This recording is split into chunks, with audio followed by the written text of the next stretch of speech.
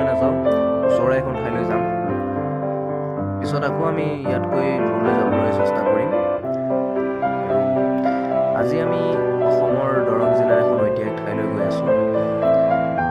চাই থাকক আপোনালোকে ভিডিঅ'টো।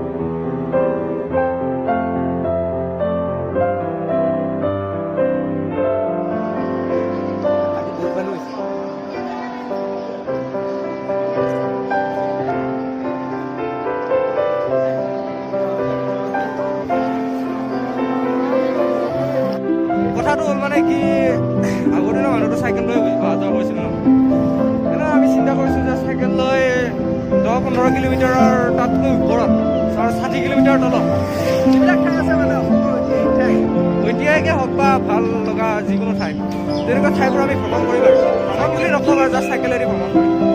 এইটো সৰু সুৰা ভ্ৰমণ আচলতে আমাৰ কাৰণে, কিন্তু ধৰ আমি এনেই জাষ্ট আমি এইবোৰ মানে আমাৰ একো মানে টকা পইচাৰ মতলব নাই, জাষ্ট এনেই আমি দিম আৰু এনেই মানুহবিলাকে চাই অলপ শিকক মানে আমিতো একো শিকাব নোৱাৰোঁ, হ'লেও মানে এনেই দিম আৰু আপোনালোকে চাওক। মানে যেনেকৈ এতিয়া প্ৰদূষণ বাঢ়িছে, তেনেকৈ আমি চাইকেল লৈ যদি সকলোৱে এনেকৈ চাইকেল লৈ অহা যোৱা কৰোঁ, এতিয়া মানুহবিলাক ভয় খাই যে 15 কিলোমিটাৰ বা 10 কিলোমিটাৰ দূৰলৈ কেনেকৈ আমি চাইকেল লৈ যাম। সেইটো আমি প্ৰমাণ কৰি দেখুৱাম যে তাতকৈ আমি দূৰলৈ যাব পাৰোঁ চাইকেল লৈ, আমাৰ সেইখিনি ক্ষমতা আছে।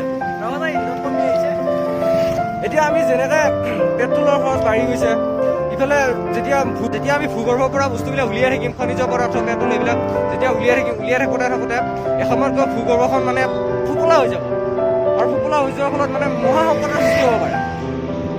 তেতিয়া পৃথিৱীখন পচা বিলাহীৰ দৰে হৈ যাব। তেতিয়া কি হ'ব? তেতিয়া চাইকেলে চলাব লাগিব সকলোৱে। তেনেকুৱা আৰু চাইকেল সকলোৱে নচলাই বাৰু, কিন্তু হ'লেও আৰু প্ৰায়ভাগ মানুহে চাইকেল চলাব পাৰে।